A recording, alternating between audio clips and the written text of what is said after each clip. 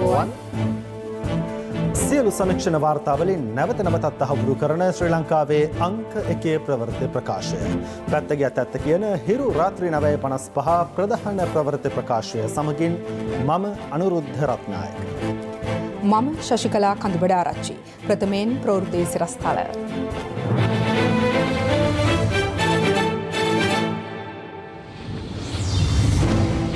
Covid එන්නත මෙරට බෙදාහැරීමේදී ප්‍රමුඛතාව ලැබෙන හැටි. ෆයිසර් එන්නත කොවැක්ස් සරහා ලෝක සෞඛ්‍ය සංවිධානය ලබා දෙන්නේ නම් එය ජනතාවට ලබා දීමට කටයුතු කරනු ලැබේ. අද තවත් කොවිඩ් ආසාදිතයින් 525ක් සෞඛ්‍ය මාර්ගෝපදේශ කඩ කරමින් කෑගල්ලේ පැවැත් වූ දානමය පින්කමකට ගිය 21කට කොවිඩ්. ආසියාවේ විශාලතම මත්පැති වැටලීම මෙරටින්. වටිනාකම කෝටි 13ක්. ට්‍රම්ප් ආධාරකරුවන්ගේ විරුද්ධතා මැද අමරිකානු කොංග්‍රසය බයිඩන්ගේ ජය තහවුරු කරයි. නොසල්සුන් තාපයෙන් සිව් දෙනෙකු මරුට.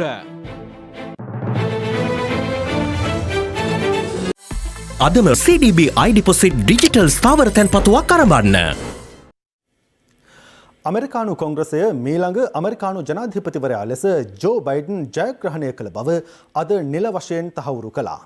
ඒ අදාළ රැස්වීම පවත්වන අවස්ථාවේදී ට්‍රම්ප් හිතවාදීන් විසින් කොංග්‍රස් මණ්ඩල ගොඩනැගිල්ලට කඩාවැදී සිදු කළ කලබලයෙන් අනතුරුවයි.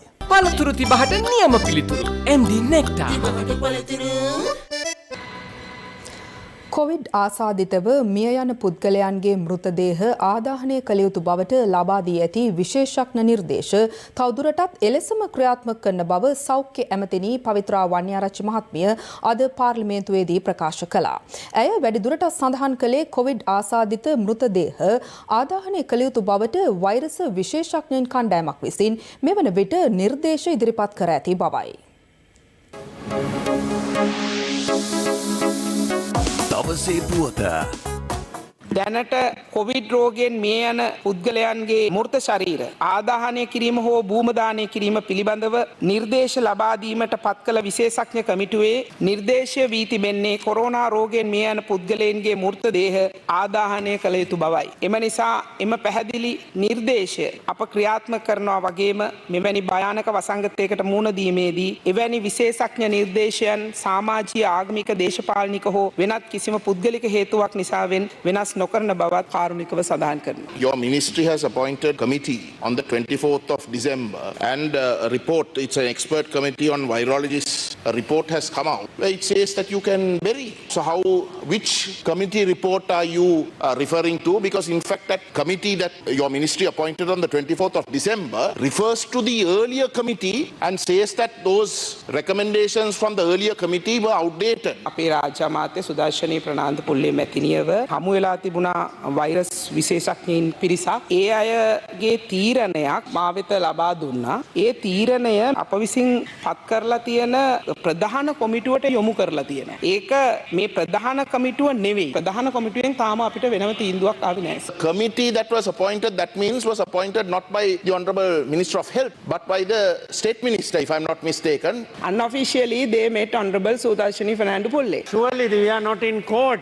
That she will come back immediately when the decision is made. I have not got an answer. The statement made by the Honorable Minister is simply that a report has been handed over to a main committee and the main committee is deliberating. That is not an answer to my question. I want a date, a firm date. In your question, you have never asked for a date. I think if you want to get a date, we are sitting only again on the 19th. So that week perhaps some announcement could be made. That is very clear.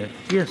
මේ අතර සමගි පෙරමුණේ නායක අසත් සාලි ප්‍රවෘත්ති සාකච්ඡාවක් ඇඳවමින් මෙලෙස අදහස් පළ කළා. තමුන්නාසලගේ ජනාධිපතිතුමාට කියලා අසත් සාලි අත්තරව ගන්නකො. විමල්ට අභියෝගයක් අසත්ගෙන්. පුළුවන් නම් කරන්න. මේ මරණයක් උස්සගෙන මුන් දේශපාලනය කරනවා. යකෝ අපි දේශපාලනය කරනවා නෙවෙයි. තොප්පිලා තමයි මේක දේශපාලනය කරලා තින්නේ මරණය. වෛරොලොජිස්ට්ලා මයික්‍රෝබයොලොජිස්ට්ලා දැම්මාම ඒකලා දුන්නා වාර්තාවක් ප්‍රශ්නයක් නැහැ කියලා. GMO එක දුන්නා වාර්තාවක් ප්‍රශ්නයක් නැහැ කියලා. ශ්‍රී ලංකා මෙඩිකල් ඇසෝසියේෂන් මානව හිමිකම් කමිෂන් Human Rights International දුන්නා ප්‍රශ්නයක් නැහැ කියලා.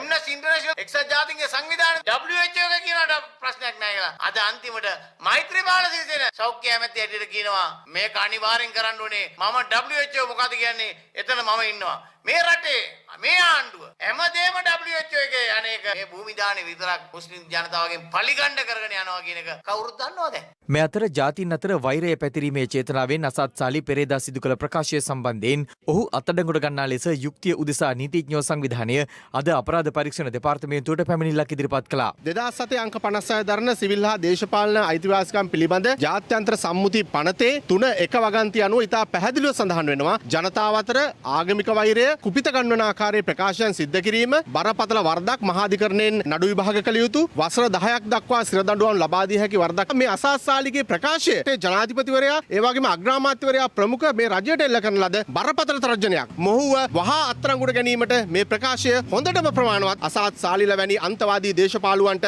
කටමැත දොඩවලා සිංහල ජන සමාජයට එරෙහිව මුස්ලිම් අන්තවාදයක් බිහි කරන්න අවස්ථාව ලබා නොදෙන්නේ කියලා පණිවිඩයක් අපි ලබා දෙනවා. අපි අවුරුදු 30ක යුද්ධයකට යොමු වෙලා ඉඳලා බොහොම අපහසුයෙන් නැගිටින්න හදන රටක්. අප වුණත් වෙනදට වැඩිය බොහොම කල්පනාකාරීව ඉවසීමෙන් යුක්තව කතා කරන්න ක්‍රියා කරන්න. ඒ නිසා ඒ தત્ත්වය බිඳ දමන්න එපා කියලා මුස්ලිම් දේශපාලන කොටස් වලට මම මතක් කරනවා. පටු දේශපාලන වාසි ගන්න, තමන් වීරයෙක් වෙන්න, තමන්ගේ වර්ගය තුළ තමන් කැපී පෙනෙන්න මෙවැනි ප්‍රකාශ කරන්න එපා. ඒ රටට දැඩි ලෙස බලපානවා කියන පණිවිඩය අපි ඔවුන්ට දෙන්න කැමතියි. භූම දානයේද ආදාහනයේද කියන එක දේශපාලඥයෝ තීරණය කරන්න ඕන දෙයක් නෙවෙයි. විශේෂඥ පිරිසක් තමයි මේ කටයුත්ත කරන්නේ. නිසා ඒ කමිටුවට බාර දීලා ආදාහනය කරනවද භූම දාහනය කරනවද කියන මාතෘකාවෙන් දේශපාලඥයෝ පැත්තකට වෙන්න ඕනේ. නැවත උඩුපුරන්න පටන් අරගෙන තියෙනවා අසස්සාලි. අපි අසස්සාලිට කියනවා බංකොලොත් දේශපාලඥයින්ගේ ප්‍රකාශ වලින් සිංහල ජාතිය ආවේගශීලී මට්ටමට ගන්න හරි අමාරුයි. හැබැයි අසස්සාලි ඊයේ පෙරේද වෙනකොට කරපු ප්‍රකාශය ඉතාමත්ම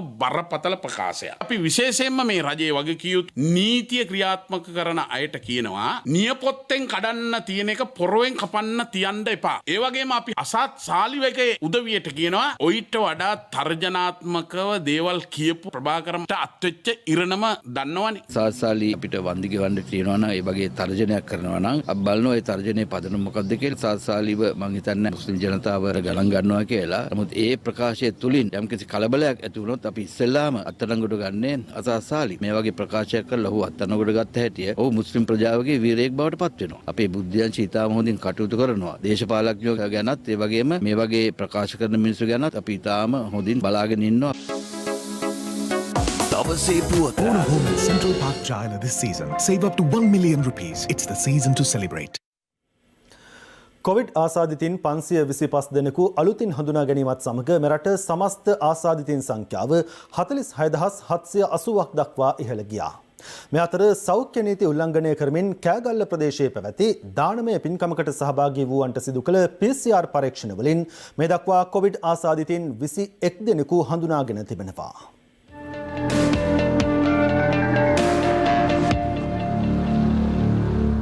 මහජන සෞඛ්‍ය පරීක්ෂකවරුන්ගේ අනුමැතියකින් තොරව කෑගල්ල වල්දෙනිය ග්‍රාම නිලධාරී වසමේ නිවසක පසුගිය 29 වෙනිදා පැවති දානමය පින්කමකට සහභාගී වූවන්ගෙන් සිව් දෙනෙකු කොවිඩ් ආසාදිත බවට තහවුරු වී ඇති අතර ඒ අනුව එම පින්කමට සහභාගී වූවන්ට සිදු කළ PCR සහ රැපිඩ් ඇන්ටිජන් පරීක්ෂණ වලින් මේ වන විට 21 දෙනෙකු කොවිඩ් ආසාදිත බවට හඳුනාගෙන තිබෙනවා. එම පින්කම සඳහා කෑගල්ල මහරෝහලේ දුරකථන ක්‍රියාකරවන්නිය සහ ඇගේ පවුලේ සමාජිකින්ද සහභාගී වී ඇති අතර ඔවුන්ටද කොවිඩ් ආසාදිත බවට තහවුරු වුණා. ඒ අනුව ඇගේ ආශ්‍රිතයින්ද සොයා විමර්ශන ආරම්භ කර තිබෙනවා. ගාල්ල බන්ධනාගාරයේ කාන්තාරන්දවියන් 34 දෙනෙකුට කොවිඩ් ආසාදිත බවට තහවුරු වී ඇති අතර එම බන්ධනාගාරයේ කාන්තා නියාමකවරියන් 17 දෙනාගෙන් 3 දෙනෙකුටද මේ වන විට කොවිඩ් ආසාදිත වී තිබෙනවා. ඉකුත් 5 වෙනිදා ගාල්ල බන්ධනාගාරයේ රඳවියන් සහ නියාමකවරුන් 69 දෙනෙකුට සිදු කළ PCR පරීක්ෂණ වලින් මෙලෙස 37 දෙනෙකු ආසාදිත බවට හඳුනා ගැනුණා. මීගමුව දළුපොත වේලක්කන් දේවස්ථානයේ නත්තල් දින පූජාවට සහ උත්සවයට සහභාගී වූ ළමා ගීතිකා කණ්ඩායමේ සමාජිකයෙකු කොවිඩ් ආසාදිත බවට අනාවරණ වීමත් සමග එම දේවස්ථානයේ පියතුමා සහ ගීතිකා කණ්ඩායමේ සෙසු සමාජිකින් උත්සවයට සහභාගී වූවන් සහ ඔවුන්ගේ ආශ්‍රිතින් 70 දෙනෙකු නිරෝධහයට යොමු කෙරුණා. පසුගිය 5 වෙනිදා රත්නපුර මහනගර සභා බල ප්‍රදේශයෙන් පමණක් කොවිඩ් ආසාදිතින් 11 දෙනෙකු වාර්තා වීම හේතුවෙන් අනවශ්‍ය සංචරණ සිදු කිරීමෙන් වළකින ලෙස සෞඛ්‍ය අංශ ජනතාවගෙන් ඉල්ලා සිටිනවා. කෙසේ වෙතත් සෞඛ්‍ය මාර්ගෝපදේශ නොතකමින් රත්නපුර නගරයට මැණික් ව්‍යාපාර කටයුතු සඳහා අදත් විශාල පිරිසක් එක් රැස්ව සිටින අයුරු මෙසේ දැකගත හැකි වුණා. මේ අතර රත්නපුර ප්‍රදේශයේ මැණික් ව්‍යාපාරිකයෙකු දඹුල්ල නිශ්ශංකහන්තිය ප්‍රදේශයේ තානායමක කාමරයක් තුළ ගෙල බැලලාගෙන මියගොස් ඇති අතර ඔහුගේ මෘතදේහය සම්බන්ධ සම්බන්ධයෙන් සිදු කළ PCR පරීක්ෂණයෙන් කොවිඩ් ආසාදිත බවට තහවුරු වී තිබෙනවා. අදාළ ව්‍යාපාරිකයා ආසාදිත බවට තහවුරු වීමත් සමග තානායමේ සේවකින් නිරෝධහනට යොමු කළ අතර දඹුල්ල මූලස්ථාන පොලිසියේ නිලධාරීන් 12 දෙනෙකුද ස්වයං නිරෝධහනට යොමු කෙරුණා. මේ අතර කෑගල්ල නගරයේ අහඹු ලෙස තෝරාගත් 60 දෙනෙකුන් යුත් නියැදියක 11 දෙනෙකු කොවිඩ් ආසාදිත බවට තහවුරු වී තිබෙනවා. වේයන්ගොඩ නගර සභා නිවැසියන් වෙනුවෙන් PCR පරීක්ෂණ සිදු කළ අවස්ථාවේදී උණුසුම් තත්ත්වයක් හටගත්තේ මෙලෙසින්.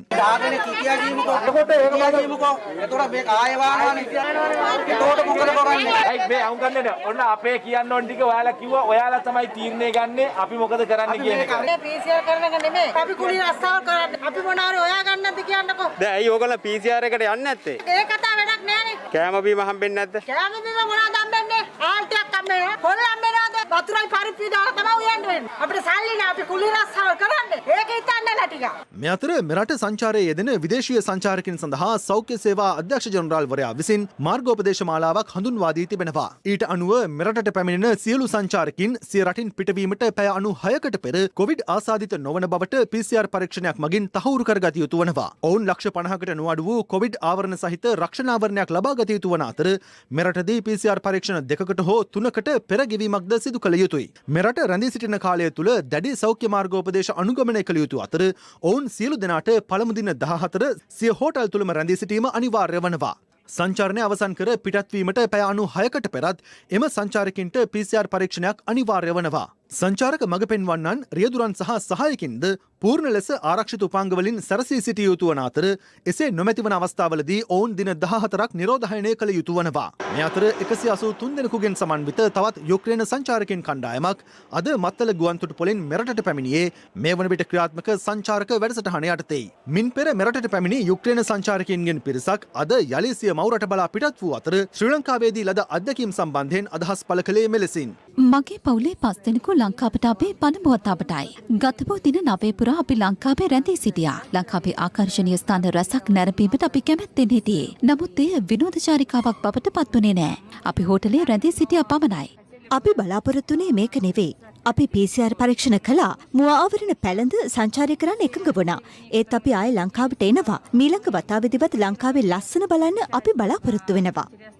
මිලියන 2කට ආසන්න ශ්‍රී ලාංකීය ජනතාවක් මේ සංචාරක ක්ෂේත්‍රය හා සම්බන්ධ වූ රැකියාවන් වල නියත වී සිටිනවා. ඉතින් මේ සංඛ්‍යාවට පසුගිය මාස 8 කාලය පුරාටද කිසිදු ආදායමක් ලබා ගැනීමට හැකියාවක් ලැබිලා තිබෙන්නේ නැහැ. ඒකින්ද අත්හදා බැලීමක් වගේ තමයි මේ සංචාරකයන් ලංකාවට ගෙන්වා ගන්න ලැබුවේ. මේ සාර්ථකත්වයක් ඇති වෙයි කියලා අපි බලාපොරොත්තු වෙනවා දැන්ට පේන ආකාරයට.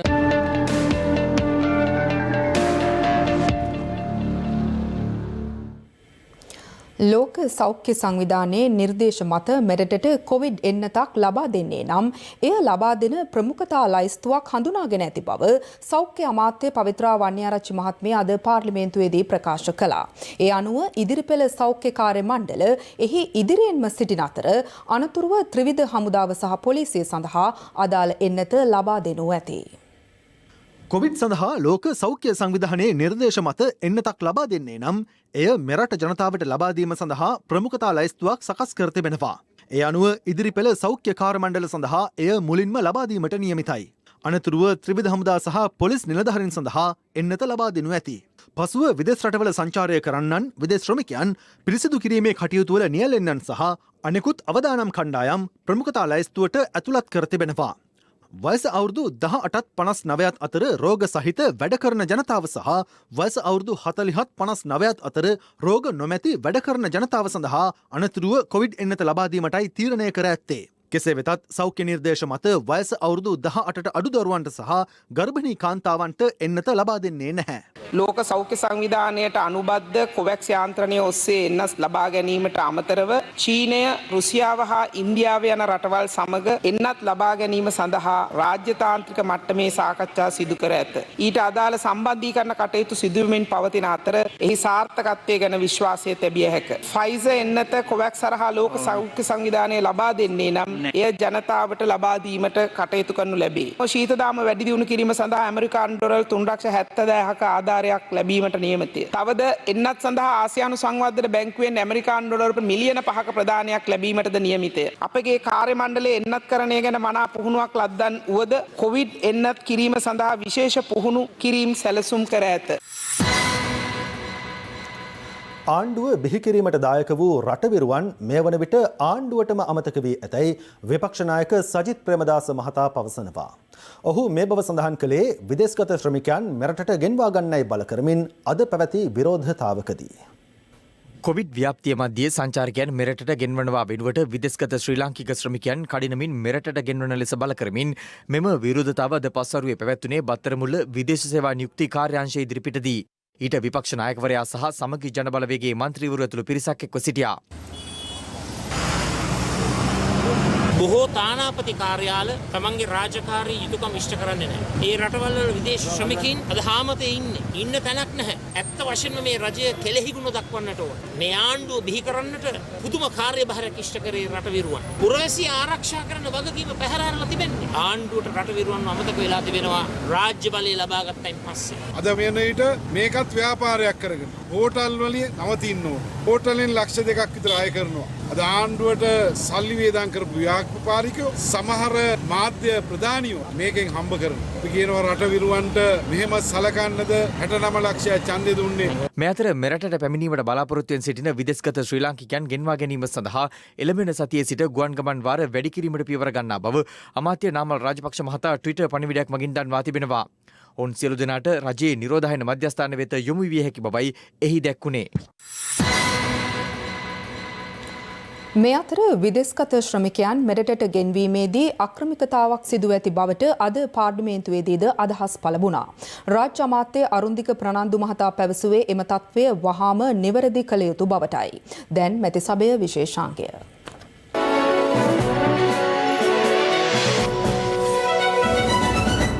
පාස්කු ප්‍රහාරය පිළිබඳව කොමිසම දීර්ඝ කාලයක් රැස් වෙලා අවසාන අධීරයේ තියෙනවා. පහුගිය මැතිවරණය එවකට යහපාලන රජයේ පරාජයයෙන් ප්‍රධානම හේතුව මේ පාස්කු ප්‍රහාර සිද්ධිය. එවකට ජනාධිපති මෛත්‍රීපාල සිරිසේන මැතිතුමා අපේ හිටපු නායක රනිල් වික්‍රමසිංහ මැතිතුමා ඇතුළු එවකට ආණ්ඩුවට මේ චෝදනාව තියෙනවා. මේකට මෛත්‍රීපාල සිරිසේන මැතිතුමා බිත්තිර හේතුලා ඉන්නවා කියලා අපිට පේනවා. එතුමා හරි නැත්නම් යහපාලන ආණ්ඩුව හරි නැත්නම් වෙන පාර්ශවයක් මේ තුල ඉන්නවද කියන එක හොයාගන්න සත්භාවයෙන් ඔබතුමා හරි දන්න තොරතුරු ටික ලබා සුදුසු නොවේද? මේක අපි නිශ්චිත ඉලක්ක හොයාගෙන මේ උන්ව වර්ධිකාරයන් කරන්නයි කියලා අපි කරන්නේ නෑ මේක. ස්වාධීන ලෙස සාක්ෂි හොයාගෙන ගිහිල්ලා වර්ධිකාරයෝ හොයාගන්නට ඕන, නිවැරදිකාරයන්ව මුදා හරින්නට ඕන, ඇත්තටම වගකීව යුතු අය වග කියන්නට ඕන. මේක දේශපාලනීකරණය කරන්න හොඳ නෑ. මේක වෙන ජාතිවාදී අපිට අවශ්‍ය මිනිස්සු තෝරගෙන උන්ට මේක පටවන්න හදනත් හොඳ නෑ. මොකද එහෙම කරොත් ඒක බරපතල දෙයක් වෙන්න පුළුවන්. ජනාධිපතිතුමා කිසිසේත්ම වැරද්දට සම්බන්ධ වෙච්ච කිසිම මිනිසෙකුට කිසිම ආකාරයකින් නිදහසක් දෙන්න හරි ඒකට මැදිහත් වෙන්න බලාපොරොත්තුවක් නෑ. අහිංසක මිනිස්සු පස්සේ පන්නන්න හේතුවකුත් නෑ. වාර්තා ගණනාවක් තියෙනවා. හිටපු ජනාධිපතිතුමා පත් කරපු ජනාධිපති කොමිෂන් වාර්තාවක් තියෙනවා. වර්තමාන ජනාධිපතිතුමා පත් කරපු වාර්තාවක් තියෙනවා. එකක්වත් පාර්ලිමේන්තුවට එවන්න. වැරදීනේ ඔබතුමා කියන්නේ. වාර්තාව සාම සකස් කරගෙන ඉන්නේ. ආවම අපි ජනාධිපතිතුමාත් එක්ක මන්ත්‍රීවරු ඉල්ලන්නේ බලන්න. විපක්ෂ නායකතුමා වර්ධිකාරය කරපු කොමිෂන් වාර්තාවද? ඔයාලා පක්ෂනායකයට කතා කරුවේ නෑ. මංගිව ජනාධිපතිතුමා ඔබතුමායි ප්‍රශ්නය තේරුම් ගත්තා. එතුමා උත්තරයක් දුන්නා. දැන් ඒ ඇති. මේ වෙනමයි පත්තු වෙන්නේ. ඔබතුමා ආසනයේ දින්නේ. ආසනයේ ඉන්නේ. ඔබතුමා වගේ මමත් ආසනයේ ඉන්නේ. ගරු කතානායකතුමනි අපි කතා කරනකොට පොඩ්ඩක් බලන්න ඔබතුමා මැහෙන්නේ නැහැ වගේ ඉන්නවා. ඇගිටලා කෑ ගහනවා මෙතන ඉඳගෙන. දැන් මේ අපේ මේ සභානායකතුමා මතු කළේ දැන් ඊයේ පෙරේදා ජනාධිපතිතුමා විසින් පත් කරපු දේශපාලන පරිගැනීම් පිළිබඳව කොමිෂන් වාර්තාවක් බාර දුන්නා. ඒ වාර්තාව තවම පාර්ලිමේන්තුවට ඉදිරිපත් කරලා නැහැ. ඒක ඉල්ලුවේ. ඒක ඔබතුමාත් කියන්න ඕනද? එතුමා කිව්වා ඒක බාරගත්ත. සජිත් ඉරේ දාන්න හදනේ කොහොම හරි කීරියල් ඇමතුමත්. ඉතින් එහෙම කියන්නේ එතකොට හරි. ඉන්දියාව බංග්ලාදේශ වැනි රටවල් පවා තමන්ගේ පුරවැසියන් ඒ රටවල මරණය දැක දැක ජීවත් වෙන්න ඉඩ නොදී තමන්ගේ පවුල් එක සමගින් ජීවත් වීම සඳහා කැඳෙව්වා. ඒ තමුන්නාසල මාස 10ක් ගිහිල්ලා කැඳවන්නතෝ යුක්‍රේනයේ සංචාරකයෝ ගිනවා. නිරෝධායන වෙන්න 1,50,000ක් විතර ගන්න. PCR එකට 16,000ක් ගන්න. ටිකට් එක ලක්ෂකමාරක් විතර වෙනවා. ලංකාවට පුරවැසියෙකුට ලක්ෂ 4ක් විතර වැය වෙනවා. මාස වැටුපු රුපියල් 60,000ක් නෑ ඒගොල්ලන්. රුපියල් 50,000ක් ගත්තොත් මාස 8ක වැටුම්ද ගෙවන්න ඕන ලංකාවට එන්න. තමුන්නාසල පාලකයෝද මේ රටේ පුරවැසියන්. මේ කාර්ය සාධක බලකායක විදේශ කටයුතු අමාත්‍යාංශයේ ලේකම්වරයාගේ වමනාව මත තමයි ගේන්නේ කවුද නොවෙන්නේ කවුද කියලා තීරණය කරන්නේ. අපිට තියෙන කනගාටුව තමයි සමහරක් අය මේක ව්‍යාපාරයක් බවට පත් කරගෙන තියෙනවා. සමහරක් වෙලාවට එක එක තරවකාරයෝ ප්‍රයොරිටි ලිස්ට් එකට දාගන්න සමහරක් අය සල්ලි ඉල්ලනවා. රජයේ COVID-19 සෙන්ටර්ස් වල ඉඩ ප්‍රමාණය සම්බන්ධයෙන් මතු කරලා ඒ අයට කියනවා හෝටල් වලට යන්න කැමති නම් විතරක් රටට යන්න අවස්ථාව දෙන්නම් කියලා. ඒතකොට මෙතනට ආවට පස්සේ කියනවා යම් යම් හෝටල් වලට විතරක් ඒ අය යොමු කරන්න. එක පැත්තකින් මේක විනාශ කරන කණ්ඩායමක් ඉන්නවා. ඒ විනාශ කරන කණ්ඩායමට මේ ආණ්ඩුව විනාශ කරන්න දෙන්න බෑ. මේක ක්‍රමවත් වැඩපිළිවෙලක් ඔස්සේ ගෙනියන්න අපි බෙනී හිටිනවා. එහෙම නොවුනොත් අපි අපි නැවත වතාවක් මේ පාර්ලිමේන්තුව පාවිච්චි කරලා මේ අකටයුතුකම් කරන අය හෙළි කරන්න අපි අනිවාර්යෙන්ම බලාපොරොත්තු වෙනවා. අලුත්ම ලොකු සයිස් ටීවී එකක් ගන්න. ලොකු හුවමාරුවට්ටම් හිමි කරගන්න. සිංහ වෙතින්ම පමණයි.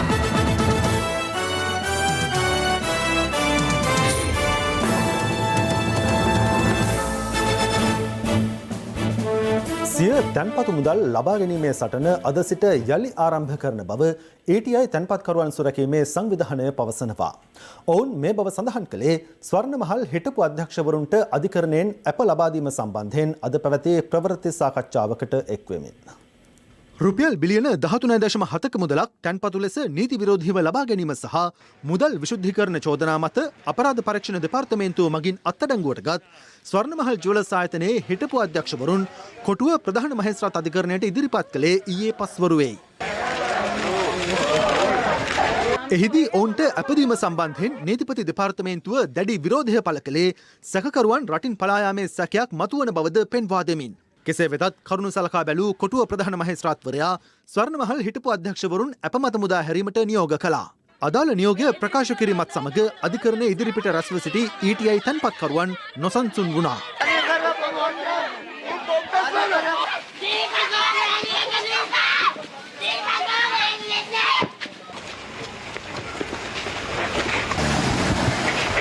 මේ අතර ස්වර්ණමහල් හිටපු අධ්‍යක්ෂවරුන්ට අප ලබා දීම සම්බන්ධයෙන් ETI තැන්පත්කරුවන් ඇතුළු විවිධ පාර්ශ්ව අදහස් පළ කළා. අවුරුදු 3ක් අපි පාරේ සටන් කරලා තමයි අවසානට නීතිය ක්‍රියාත්මක කරන පසුබිමට ගෙනාවේ. ඒතර අපි බලාපොරොත්තු වුණා අඩුම වශයෙන් වුන් දවස් 14කට හරි රක්ෂිත බන්ධනාගාරගත කරයි කියලා. නමුත් එවන්නක් සිදු වුණේ නැහැ. අපි දැක්ක පහුගිය දවස්වල අල්ලස් ලබා ගත්තයි කියලා රක්ෂිත බන්ධනාගාරගත කරලා තියෙනවා. ඒතර අල්ලසක් ගත්තා කියලා ඒ ආකාරයට බන්ධනාගාරගත කරනවා නම් මේ බිලියන 33ක් වංචා කරලා එක දවසක්වත් ඔවුන් රක්ෂිත බන්ධනාගාරගත කළේ නැහැ. පොඩි මිනිහට මේ රටේ ක්‍රියාත්මක වෙන නීතිය ලොකු මිනිහට ක්‍රියාත්මක වෙන්නේ නැහැ. කොහොම ආණ්ඩුව කියන්නේ එකම රට එකම නීතියත් අපි දකිනවා එක දෙයක් නාලක එදිරිසිංහ එළියේ හිටියේ. අපිට තොරතුරු ලැබිලා තියෙනවා. එතුමා එළියේ ඉඳන් බොහොම ලස්සනට ඉතාමත් සූක්ෂම ආකාරයට අවශ්‍ය නීතිඥවරු මුණ ගැහිලා අවශ්‍ය මිල මුදල් අවශ්‍ය තැන් වලට වියපැහැදම් කරලා අවසානට ඇවිල්ලා බාර වුණා. අවසානයේ මේ තැන්පත්කරුවෝ අසරණ වුණා.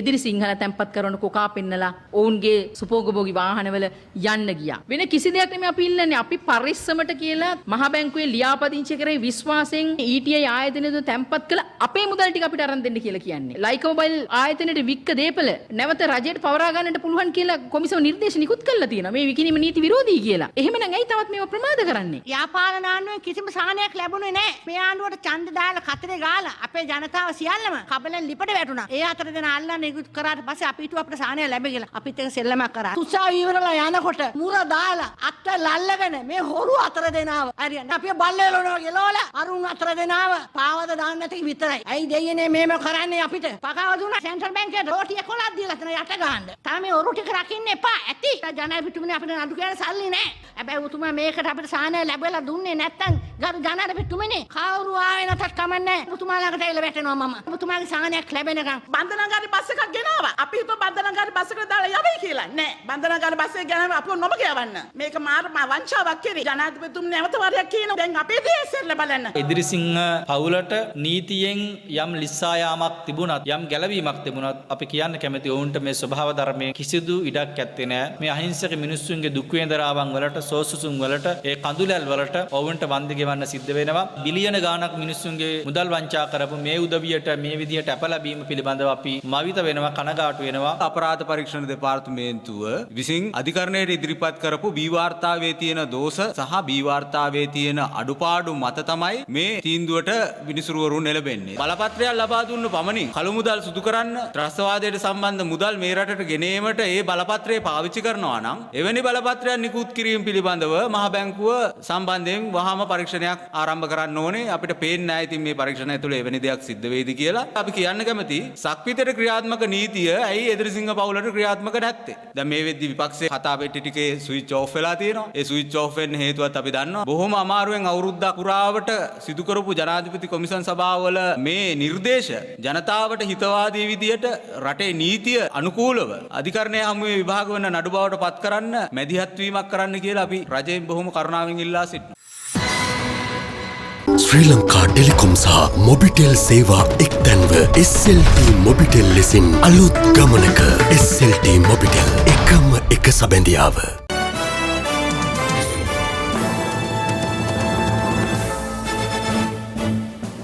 දැන් රටවටා හිරෝ.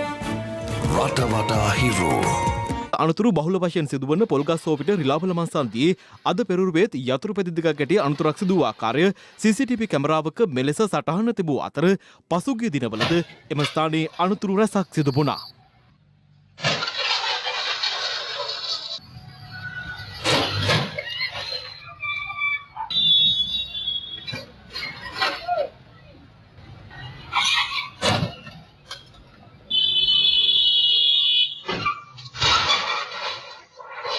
සත්ව ආහාර බව හඟවමින් බෙල්ජියමේ සිට ගුවන් තැපැල් මගින් කොළඹ මධ්‍යම තැපැල් හුවමාරුවට එවා තිබූ රුපියල් කෝටි 13.5කට වඩා වැඩි වටිනාකමකින් යුත් මත්පෙති 18,000ක් අද රේගු බාරයට ගත් අතර එය වාස්යාවේ විශාලතම මත්පෙති වැටලීම් බව රේගුව ප්‍රකාශ කළා. රජයේ වීමලිත කිරීමේ වැඩපිළිවෙල සම්බන්ධයෙන් කෘෂිකර්ම අමාත්‍ය මහින්දානන්ද අලුත්ගමගේ මහතා අද පැවති ප්‍රවෘත්ති සාකච්ඡාවකදී අදහස් පළ කළා. පහුගිය කාලේ වී කිලෝ එක රුපියල් 115ට 117ට ගියා. මේකට මූලික හේතුව තමයි වී අලෙවි මණ්ඩලයේ සත්ව වී තොග නැහැ. මෝල් හිමියන් සහ තුන්වෙනි පාර්ශ්වයන් අතර මේ වීල් තිබුණ නිසා අපිට මිල පාලනයක් කරගන්න හැකියාව ලැබුණේ නැහැ. ඒ නිසා අපි මේ වී මිලදී ගැනීම කරන්නේ එක පැත්තකින් ගොවියාට සහතික මිලට වී ලබා දීමටත් පාරිභෝගිකයාට සහතික මිලට සහල් ලබා දීමටත් තමයි අපි මේ බලාපොරොත්තු වෙන්නේ. මාස දෙකකට අවශ්‍ය සහල් ටික වී අලෙවි මණ්ඩලයේ සතු අපි ළඟ තියෙනවා. ඒ නිසා රටේ කිසිදු හාල් හිඟයක් ඇති වෙන්නේ නැහැ. ඒ වගේම රටේ කිසිදු වී හිඟයක් ඇති වෙන්නේ නැහැ. කොළඹ වරායේ නැගෙනහිර පර්යන්තය ඉන්දියාවට විකුණන බවට චෝදනා කරමින් වරාය වෘත්තීය සමිති කිහිපයක් අද වරාය පිවිසුම ආසන්නයේදී උද්ඝෝෂණයක නිරත වුණා. මේ තියන්නේ රනිල් වික්‍රමසිංහ මහත්තයා 2019 මැයි මාසේ 28 වෙනිදා අත්සන් කරපු MOC එක. මේක දේශද්‍රෝහී. පෞගිය ඔක්තෝබර් මාසේ 22 මේ කැබිනට් සංදේශය මේ දෙකේ වෙනසක් නැත. රනිල් අත්සන් කරපු ගිවිසුම නිසා මේකෙන් ඉවත් වෙන්න බැරිලු. ඒ නිසා මේ උගල අපි හිර වෙලා ආණ්ඩුව මේක දැක්කේ නැද්ද? දැක්කා බබවට දැම්මා. ජනතාවට කොලේ යවුවා. ඒ සමගින් අදට සමගන්නටයි මේ සූදානම. පැත්ත නොගත් ඇත්ත දැනගැනීමේ අයිතිය තවදුරටත් තහවුරු කරගන්නට තිරේ දිස්වන පරිදි හිරු SMS ප්‍රවෘත්ති සේවාව ඔබේ ජංගම දුරකථන ජාලයට අනුව සක්‍රිය කරගන්න. ජලිත හමුවෙමු හෙට මධ්‍යහන ප්‍රවෘත්ති ප්‍රකාශය. සුබ රාත්‍රියක්.